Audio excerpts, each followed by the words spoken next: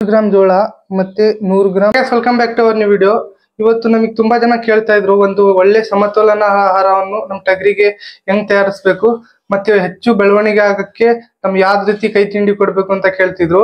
ಇವತ್ತು ಈ ವಿಡಿಯೋದಲ್ಲಿ ಸಮತೋಲನ ಆಹಾರ, ಒಳ್ಳೆ ಪ್ರೋಟೀನ್ ಇರುವ ಮತ್ತೆ ಒಳ್ಳೆ ಫೈಬರ್ ಮತ್ತೆ ಎನರ್ಜಿ ಇರುವ ಕೈ ತಿಂಡಿಯನ್ನು ಹೇಗೆ ನಮ್ಮ ಟಗರಿಗಳಿಗೆ ಕೊಡ್ಬೇಕಂತ ಈ ವಿಡಿಯೋದಲ್ಲಿ ತಿಳ್ಕೊಳೋಣ. ಟಗರು ಒಳ್ಳೆ ಚೆನ್ನಾಗಿ ಬೆಳವಣಿಗೆ ಆಗ್ಬೇಕಂದ್ರೆ ಅದಕ್ಕೆ ಪ್ರೋಟೀನ್ ಬೇಕು, ಫೈಬರ್ ಬೇಕು ಮತ್ತೆ ಎನರ್ಜಿ ಬೇಕಾಗತ್ತೆ. ನಾವೆಲ್ಲಾ ರೀತಿಯ ಸಮತೋಲನ ಆಹಾರವನ್ನು ನಮ್ಮ ಟಗರಿಗೆ ನೀಡಬೇಕಾಗತ್ತೆ. ಬರ್ರಿ ಇವತ್ತು ವಿಡಿಯೋದಲ್ಲಿ ಸಮತೋಲನ ಆಹಾರ ಮತ್ತೆ ಕಡಿಮೆ ಬಜೆಟ್ ಅಲ್ಲಿ ಎಷ್ಟು ಪ್ರಮಾಣದಲ್ಲಿ ಹಾಕಿದ್ರೇನೆ ಟಗರು ಬೆಳವಣಿಗೆ ಆಗೋದು ಅಂತ ತಿಳಿಸ್ಕೊಡ್ತೀನಿ. ನೋಡಿ, ನಿಮಗೆ ಸ್ಕ್ರೀನ್ ಮೇಲೆ ಕಾಣಿಸ್ತಾ ಇರ್ಬೋದು 3 ರೀತಿಯ ಐಟಮ್ ಇಟ್ಟಿದ್ದೀನಿ. ಮೊದಲನೇದು ಮೆಕ್ಕೆಜೋಳ. ಮೆಕ್ಕೆಜೋಳದಲ್ಲಿ ಒಳ್ಳೆ ಎನರ್ಜಿ ಸಿಗತ್ತೆ ಮತ್ತೆ ಸ್ವಲ್ಪ ಪ್ರಮಾಣ ಪ್ರೋಟೀನು ಸಿಗತ್ತೆ. ನೋಡಿ, ಮೇನ್ ಪಾರ್ಟಿಗೆ ಬರೋಣ. ಸೋಯಾಬೀನ್ ಅಲ್ಲಿ 100 ಗ್ರಾಮ್ ಅಲ್ಲಿ 36% ಪ್ರೋಟೀನ್ ಇರುತ್ತೆ. ಇದು ಒಳ್ಳೆ ಪ್ರೋಟೀನ್ ಇರೋದು. ಮತ್ತೆ ಇದರಿಂದ ಇನ್ನೊಂದು ಬೇರೆ ಯಾವ್ದು ಅಂದ್ರೆ ಹೆಚ್ಚು ಪ್ರೋಟೀನ್ ಇರೋದು ಬರುತ್ತೆ ಅಂದ್ರೆ ಹತ್ತಿ ಹಿಂಡಿ ಬರುತ್ತೆ, ಶೇಂಗಾ ಹಿಂಡಿ ಬರುತ್ತೆ. ಅದು ತುಂಬಾ ಜನ ಕೇಳ್ತಾ ಇದ್ರು, ನಮ್ ಟಗರು ಅದು ತಿಂತಾನು ಇಲ್ಲ ಮತ್ತೆ ಅದು ಉಳಿಸಿದ್ರೆ ನಮ್ದು ಹಾಳಾಗ್ಬಿಡ್ತಾ ಇದೆ, ಅದಕ್ಕೋಸ್ಕರ ನಾವು ಅದು ಶೇಂಗಾ ಮತ್ತೆ ಹತ್ತಿ ಹಿಂಡಿ ತಿನ್ಸಲ್ಲ, ಬೇರೆ ಯಾವ್ದಾದ್ರು ಇದ್ರೆ ಹೇಳಿ ಅಂತ ಹೇಳಿದ್ರು. ಅದಕ್ಕೋಸ್ಕರ ಇವತ್ತು ಸೋಯಾಬೀನ್ ತೋರಿಸ್ತಾ ಇದ್ದೀನಿ. ಮತ್ತೆ ನೋಡಿ, ಫೈಬರ್. ನಿಮಗೆ ಈ ಕಡಲೆ ಸಿಪ್ಪೆ ಸಿಕ್ಕಿಲ್ಲ ಅಂದ್ರೆ ಇದ್ರ ಬದಲು ಗೋಧಿ ಬೂಸನು ಬೇಕಾದ್ರೆ ಬಳಸಬಹುದು. ನೋಡಿ, ತುಂಬಾ ಜನ ಕೇಳ್ತಿದ್ರು ನಾವು ಎಷ್ಟು ಪ್ರಮಾಣದಲ್ಲಿ ಟಗರಿಗೆ ತಿನ್ಸ್ಬೇಕು ಅಂತ. ನೋಡಿ, ನಾವು ತುಂಬಾ ಜನ 100 ಗ್ರಾಮ್ 200 ಗ್ರಾಮ್ ಈ ತರ ತಿನ್ಸ್ತಾರೆ. ಇಷ್ಟು ತಿನ್ಸಿದ್ರೆ ಬೆಳವಣಿಗೆ ಆಗಲ್ಲ. ನಾವು ಕಮ್ಮಿ ಅಂದ್ರೇನು 500 ಗ್ರಾಮ್ ಇಂದ 600 ಗ್ರಾಮ್ ಕಂಟಿನ್ಯೂಸ್ ಆಗಿ ತಿನ್ಸ್ಕೊಂತ ಹೋಗ್ಬೇಕಾಗತ್ತೆ. ಏನಕ್ಕೆ ಅಂದ್ರೆ ಟಗರಿಗೆ ಇಷ್ಟು ತಿನ್ಸಿದ್ರೇನೆ ಮಾತ್ರ ಗ್ರೋತ್ ಆಗೋದು. ನಾವು 100 ಗ್ರಾಮ್ 200 ಗ್ರಾಮ್ ಈ ತರ ತಿನ್ಸ್ಕೊಂಡೋದ್ರೆ ಏನು ಗ್ರೋತ್ ಆಗಲ್ಲ. ಟಗರು ನಾವು ಎಷ್ಟು ತಂದಿರ್ತೀವಿ ಅಷ್ಟೇ ಇರತ್ತೆ, ಸ್ವಲ್ಪ ಸ್ವಲ್ಪ ಗ್ರೋತ್ ಹಾಕೊಂಡ್ರೆ ಹೋಗುತ್ತೆ.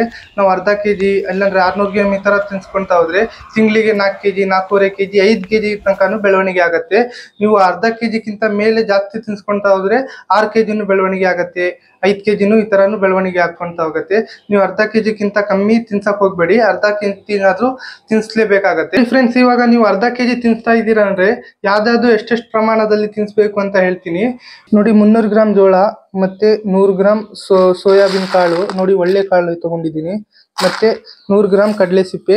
ನಿಮಗೆ ಸಿಕ್ಕಿಲ್ಲ ಅಂದ್ರೆ ಗೋಧಿ ಬೂಸ ಬೇಕಾದ್ರೂ ತಗೊಳ್ಬಹುದು. ಇದು ಇಷ್ಟು ಸೇರಿಸಿದ್ರೆ ಅರ್ಧ ಕೆಜಿ ಆಗತ್ತೆ. ಕಂಪಲ್ಸರಿ ಆಗಿ ಅರ್ಧ ಕೆಜಿನಾದ್ರೂ ನಮ್ ಟಗರು ಮರಿ 25 ಕೆಜಿ ಮೇಲಿತ್ತು ಅಂದ್ರೆ ಅರ್ಧ ಕೆಜಿ ನಾವು ತಿನ್ಸ್ಲೇಬೇಕಾಗತ್ತೆ. ಫ್ರೆಂಡ್ಸ್, ಇದು ಒಳ್ಳೆ ಕೈ ತಿಂಡಿನ ನಾನು ಬಜೆಟ್ ಪ್ರಕಾರ ಮಾಡಕ್ ಹೋಗಿ ಟ್ರೈ ಮಾಡಿದ್ದೀನಿ.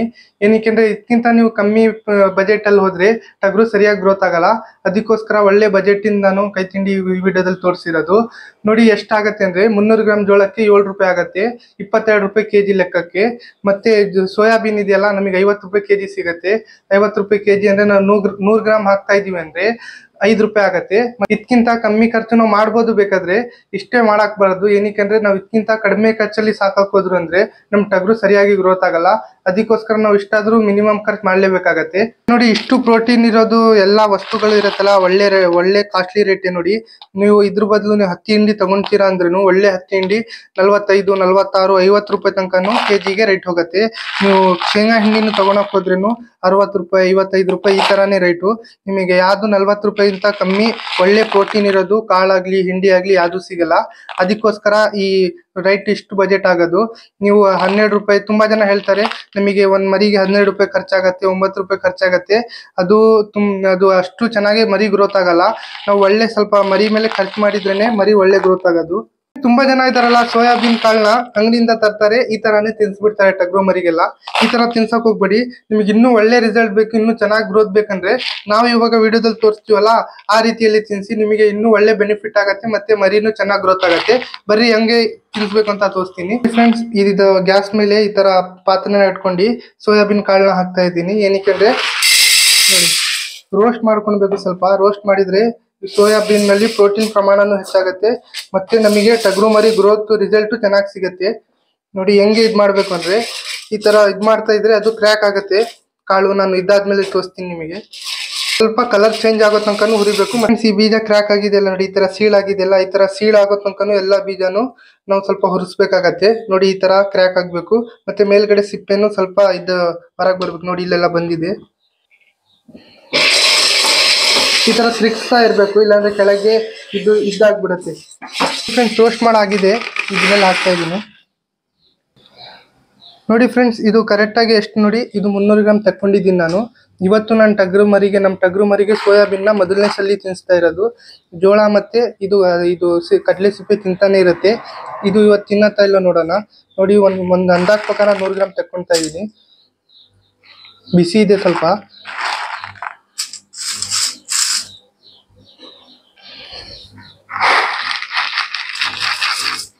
ಇದು ಜಾಸ್ತಿ ತಿನ್ಸಕ್ ಹೋಗ್ಬೇಡಿ, ಏನಕ್ಕೆ ಖರ್ಚು ತುಂಬಾ ಆಗತ್ತೆ.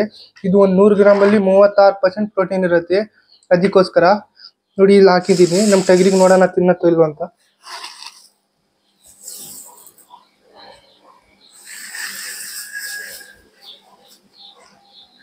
ಬರ್ರಿ, ಅರ್ಧ ಕೆಜಿ ತಿನ್ನಿಸ್ತಾ ಇದೀವಿ ಅಂದ್ರೆ ಟಗರು ಡೈಜೆಷನ್ ಸರಿ ಮಾಡ್ಬೇಕಂದ್ರೆ ನಾವು ಲಿವರ್ ಟ್ಯಾನಿಕ್ ಕುಡಿಸ್ಬೇಕಾಗತ್ತೆ. ನಮಗೆ ಲಿವರ್ ಟ್ಯಾನಿಕ್ ಇಂದು ಖರ್ಚಿದೆಯಲ್ಲ ಅದು ಹೈ ಆಗ್ಬಿಡತ್ತೆ. ನಾವು ಪ್ರತಿದಿನ ಲಿವರ್ ಟ್ಯಾನಿಕ್ ಆಗ್ಲಿ ಕ್ಯಾಲ್ಸಿಯಂ ಟ್ಯಾನಿಕ್ ಆಗ್ಲಿ ಕುಡ್ಸಕ್ ಆಗಲ್ಲ, ಖರ್ಚು ಜಾಸ್ತಿ ಆಗತ್ತೆ.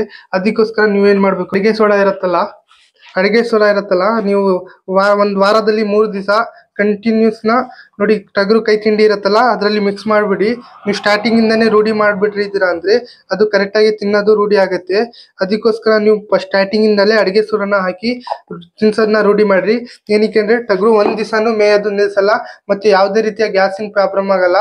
ಅದಕ್ಕೋಸ್ಕರ ನೀವು ಟಗರಿಗೆ ಏನೇ ಕೈ ತಿಂಡಿ ತಿನ್ಸ್ತಿದ್ದೀರಾ ಅಂದ್ರೂ ಒಂದು ಬೆಳ್ಳಷ್ಟು ಪ್ರಮಾಣದಲ್ಲಿ ಅಡಿಗೆ ಸೋಡಾನ ಮಿಕ್ಸ್ ಮಾಡಿ ತಿನ್ನಿಸಿ. ನಿಮಗೆ ಒಳ್ಳೇದು ಟಗರು ಇಂಪ್ರೂವ್ ಆಗತ್ತೆ, ಮತ್ತೆ ಡೈಜೆಷನ್ ಚೆನ್ನಾಗಾಗತ್ತೆ. ಯಾವತ್ತು ಟಗರು ಮರಿ ಮೇಯೋದಾಗ್ಲಿ ಏನು ನಿಲ್ಸಲ್ಲ, ಚೆನ್ನಾಗಿ ಮೇಯತ್ತೆ, ಒಳ್ಳೆ ಗ್ರೋತ್ ಆಗತ್ತೆ. ಏನಕ್ಕೆ ಯಾವಾಗ ಕುಡಿಸ್ಬೇಕು ಅಂತ ತುಂಬಾ ಜನ ಕೇಳ್ತಾರೆ. ನೀವು ವಾರದಲ್ಲಿ 3 ದಿವಸ ಇದೆಯಲ್ಲ ಇದು ಅಡಿಗೆ ಸೋಡಾನ ಮಿಕ್ಸ್ ಮಾಡಿ, ಮತ್ತೆ ವಾರದಲ್ಲಿ 2 ಸಲ ಲಿವರ್ ಟ್ಯಾನಿಕ್ ಕುಡಿಸಿ ಸಾಕು. ನೀವು ವಾರ ಬರ್ತಿ ಕುಡಿಸೋದು ಅವಶ್ಯಕತೆ ಇರಲ್ಲ. ನೀವು ಇದು ಅಡಿಗೆ ಸೋಡಾನ ಮಿಕ್ಸ್ ಮಾಡ್ತಾ ಇದ್ದೀರಾ ಅಂದ್ರೆ ವಾರದಲ್ಲಿ 2 ದಿವಸ ಮಾತ್ರ ಲಿವರ್ ಟ್ಯಾನಿಕ್ ಕುಡಿಸಿ ಸಾಕು.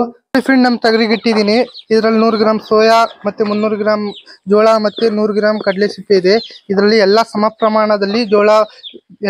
ಪ್ರಮಾಣದಲ್ಲಿ ಟಗರಿಗೆ ಬೇಕಾದ ಎಲ್ಲ ಪ್ರೋಟೀನ್ ಆಗ್ಲಿ, ಫೈಬರ್ ಆಗ್ಲಿ, ಎನರ್ಜಿ ಆಗ್ಲಿ ಎಲ್ಲ ಇದರಲ್ಲಿ ದೊರಕ್ತಾ ಇದೆ. ನೋಡಿ, ನಾವು ಇಷ್ಟಾದ್ರೂ ನಮ್ಮ ಟಗರಿಗೆ ಒಳ್ಳೆ ಬೆಳವಣಿಗೆ ಆಗ್ಬೇಕು ಅಂದ್ರೆ ತಿನ್ಸ್ಬೇಕಾಗತ್ತೆ. ನೋಡಿ, ಇಷ್ಟು ತಿಂತು ಅಂದ್ರೆ ನಮ್ಮ ಟಗರು ಹೊಟ್ಟೆ ತುಂಬಿಡತ್ತೆ. ಟಗರಿಗೆ ಮತ್ತೆ ಒಂದ್ ಸ್ವಲ್ಪ ಹುಲ್ ತಿನ್ಬಿಟ್ಟು ಮಲಗಿ ಬಿಡತ್ತೆ, ಮತ್ತೆ ಬೇರೆ ಏನು ತಿನ್ನೋದೇ ಇಲ್ಲ. ನೋಡಿ ಫ್ರೆಂಡ್, ಎಷ್ಟು ಚೆನ್ನಾಗಿ ತಿಂತಾ ಇದೆ ಅಂತ. ಫಸ್ಟ್ ಟೈಮ್ ಇಟ್ಟಿರೋದು ಇದರಲ್ಲಿ ಸೋಯಾಬೀನ್, ಫಸ್ಟ್ ಟೈಮ್ ತಿಂತಿರೋದು, ಆದ್ರೂ ಎಷ್ಟು ಚೆನ್ನಾಗಿ ತಿಂತಾ ಇದೆ. ನೋಡಿ, ಕೋಳಿ ಎಲ್ಲ ಸತಾಯಿಸುತ್ತೆ ನಮಗೆ. ನೋಡಿ, ನಮ್ಮ ಟಗರು ಮರಿನೂ ಒಳ್ಳೆ ಗ್ರೋತ್ ಆಗ್ತಾ ಇದೆ. ಈ ವಿಡಿಯೋ ಇಲ್ಲೇ ಎಂಡ್ ಮಾಡೋಣ. ನಿಮಗೆ ಈ ವಿಡಿಯೋ ಇಷ್ಟ ಆಯ್ತು ಅಂದ್ರೆ ನಮ್ಮ ಚಾನಲ್ನ ಸಬ್ಸ್ಕ್ರೈಬ್ ಮಾಡಿ, ಮತ್ತೆ ಈ ವಿಡಿಯೋನ ಶೇರ್ ಮಾಡಿ. ಹೀಗೆ ಸಪೋರ್ಟ್ ಮಾಡ್ತಾ ಇರಿ. Thanks for watching, keep supporting.